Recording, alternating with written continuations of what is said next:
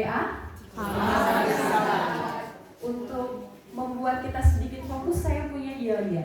Ini baru kepikiran. Ketika saya berkata BWA menjawab brave, wonderful, amazing, yes. Brave, wonderful, amazing, yes. Sudah tahu ya? BWA, brave, wonderful, amazing, yes. Ya, luar biasa. Terima kasih untuk kesempatan yang diberikan pada saya. Saya sedikit deg-degan, grogi sekali. BWA yang terkasih dalam Tuhan, pada kesempatan hari ini saya rindu membawakan firman Tuhan yang berjudul Kasih Kristus sebagai sumber pelayanan wanita. Sebagaimana kita tahu bahwa pada tanggal 21 April yang akan datang adalah Hari Kartini, merupakan hari di mana kita memberikan suatu penghormatan atas jasa-jasa yang sudah diberikan oleh Kartini, sudah memberikan kepada wanita hak emansipasi. Pertanyaannya buat kita yang ada di ruangan ini, sekarang kita adalah Kartini modern. Apa peran kita untuk bangsa dan negara? Terlebih apa peran kita untuk pelayanan di dalam Tuhan?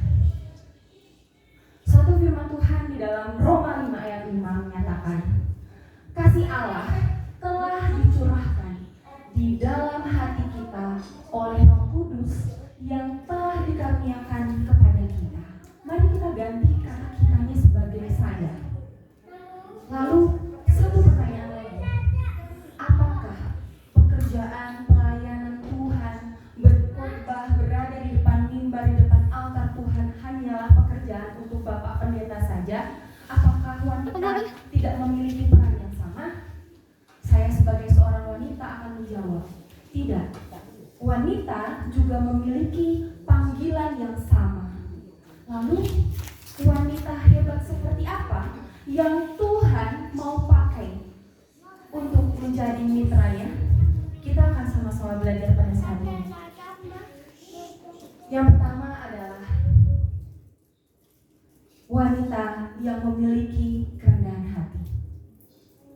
BWA yang terkasih dalam Tuhan, Nyonya White di dalam Testimony for the Church volume 6 menyatakan bahwa hati yang lembut dibentuk oleh kasih Kristus lebih berkuasa daripada pidato yang fasih. Hari ini kita belajar, sebelum saya memulai untuk menyampaikan firman Tuhan, melayani Tuhan, apakah saya sudah memiliki kerendahan hati? Lalu yang berikutnya, wanita hebat seperti apa yang Tuhan mau pakai dalam pekerjaan pelayanannya?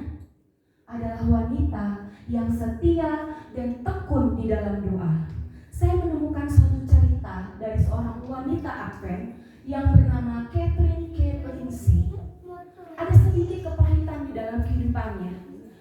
Ketika dia masih muda, tunangannya meninggal dunia karena penyakit pneumonia.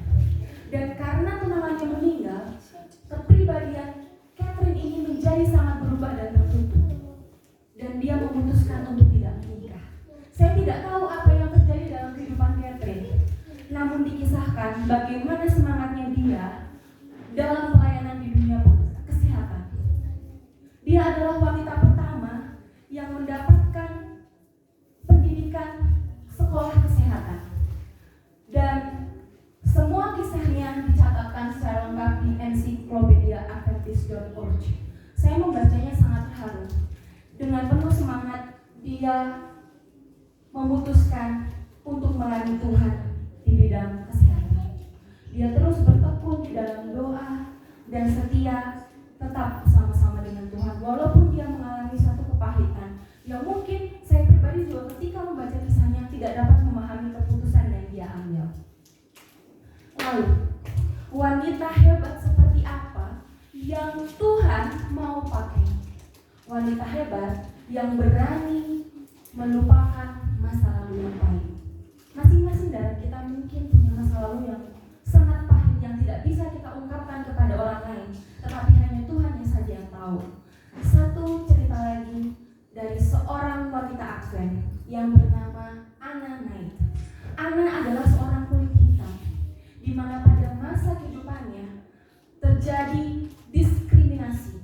Kita sama-sama tahu sejarah bahwa orang kulit hitam dianggap remeh pada zaman itu. Namun, Anna yang lahir dari keluarga budak tidak mau menjadi budak sepenuhnya. Dia bangkit dari keterpurukan itu dan dia terus mau belajar walaupun banyak menentang.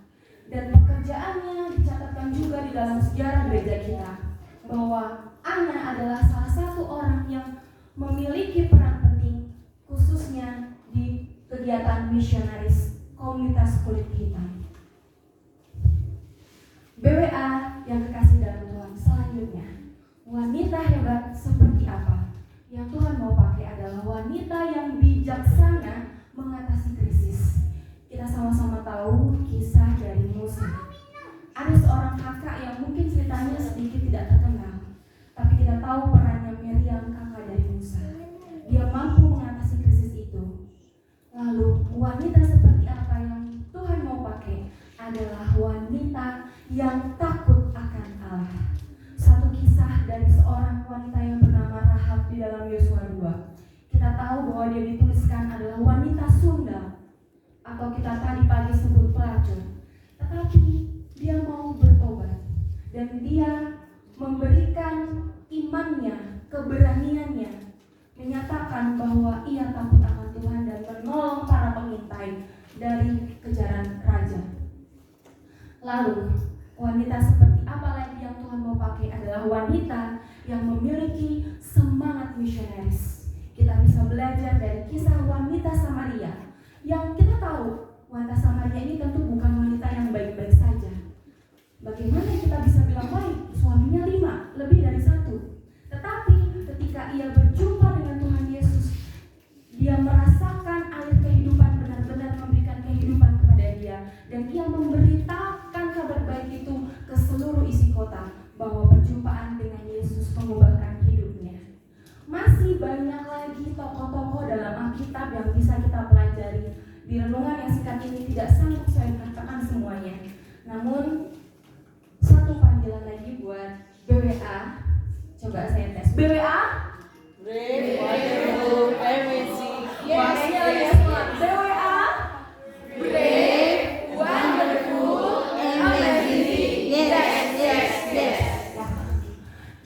Di dalam kutipan Nyonya White Evangelist, perempuan-perempuan bisa menjadi alat yang kuat untuk menyebarkan kebenaran apabila mereka dibimbing oleh kasih Kristus dan dipenuhi oleh Roh Kudus.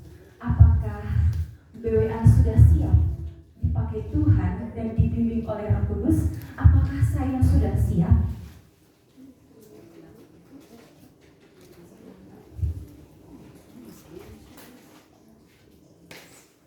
Ini adalah kutipan yang terakhir. Boleh kita baca sama-sama? Akan ada wanita-wanita yang digerakkan oleh kasih Kristus akan bangkit dan menyatakan kebenaran dengan kesederhanaan dan kuasa. Pelayanan sejati lahir dari hati yang telah disentuh oleh Kristus. Bukan sekedar saya berdiri di mimbar, tetapi menyentuh kehidupan orang lain dengan kasih dan kebenaran. Dan satu catatan, jika hati kita sudah dipenuhi oleh kasih, maka kata-kata kita, khotbah kita, tindakan kita akan menjadi persembahan di altar Tuhan, baik oleh laki-laki maupun perempuan. Saya bawa firman Tuhan ini di dalam nama Tuhan Yesus. Kiranya Tuhan memberkati. Amin.